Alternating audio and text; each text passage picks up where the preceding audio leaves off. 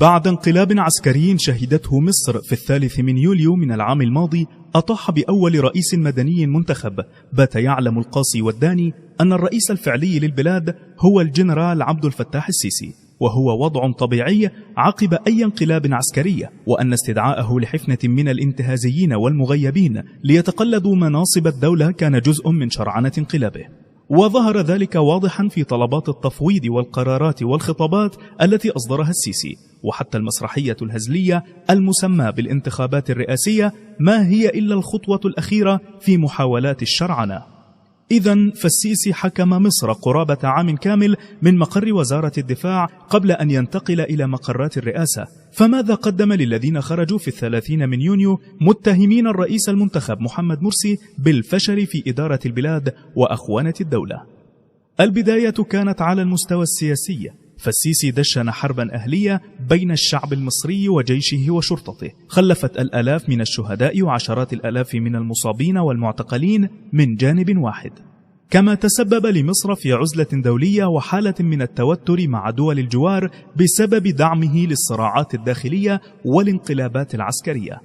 وصف الكثيرون من دول العالم أن ما حدث في مصر انقلابا عسكريا ورفضوا الاعتراف به، وآخرون وقفوا في حالة ترقب للتعامل مع المنتصر، وقليلون اعترفوا بالانقلاب لأنهم كانوا جزء منه. أما على المستوى المحلي فانهيار اقتصادي هوى بالجنيه المصري أمام الدولار إلى أدنى مستوياته، وأدى إلى ارتفاع للأسعار وتجريف للسياحة وهروب للمستثمرين وإغلاق للشركات وارتفاع لمعدلات البطالة وفتح باب الاقتراض على مصراعيه، مما دفع خط الفقر للاتساع ليضم أعدادا كبيرة من المصريين في ظلاله، بعد أن كانت مصر على أعتاب نهضة اقتصادية في عهد الرئيس مرسي بحسب مؤشرات الأجهزة الرسمية وخبراء دوليين. كما عانى الشعب المصري على مدى أكثر من 10 أشهر من انقطاع يومي للتيار الكهربائي ومياه الشرب وتراجع واضح في الخدمات وانهيار في البنية التحتية. وعلى الرغم من انتشار جحافل الشرطة والجيش في الشوارع ليلا ونهارا لمطاردة التظاهرات السلمية، إلا أن محافظات الجمهورية شهدت ارتفاعا ملحوظا في معدلات الجريمة كحوادث القتل وسرقة السيارات وتجارة المخدرات وانتشار السلاح في أيدي البلطجية الذين أصبحوا من أهم وسائل السلطة في قمع التظاهرات.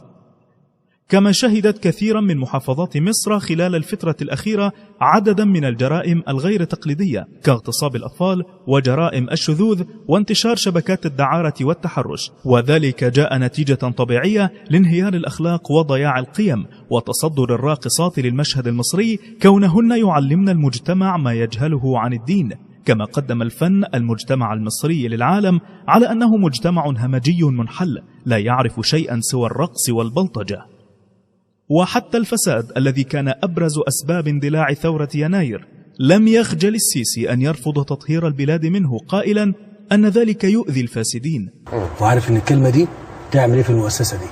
أجهزة الدولة تقاوم حضرتك كده بالمعنى ده؟ لا لا لا لا لا، في مؤسسات ما تستحملش الانتقاد، معنوياتها بتتأثر بشدة، وانت محتاجاها انها تبقى دايما في اعلى درجات الاستعداد، زي مؤسسه الشرطه مثلا، تطهير الداخليه مثلا. التعبير ده لما يتقال لهم كل ضابط واقف النهارده طول الليل قاعد على محور من المحاور يقول لك يعني احنا تطهير، يعني احنا وحشين. ولم لا؟ والفاسدون هم من دعموه في انقلابه ويقودون الآن حملته الرئاسية في كل المحافظات، فهو امتداد طبيعي لشجرة خبيثة وضع بذرتها العسكر في مصر من عشرات السنين.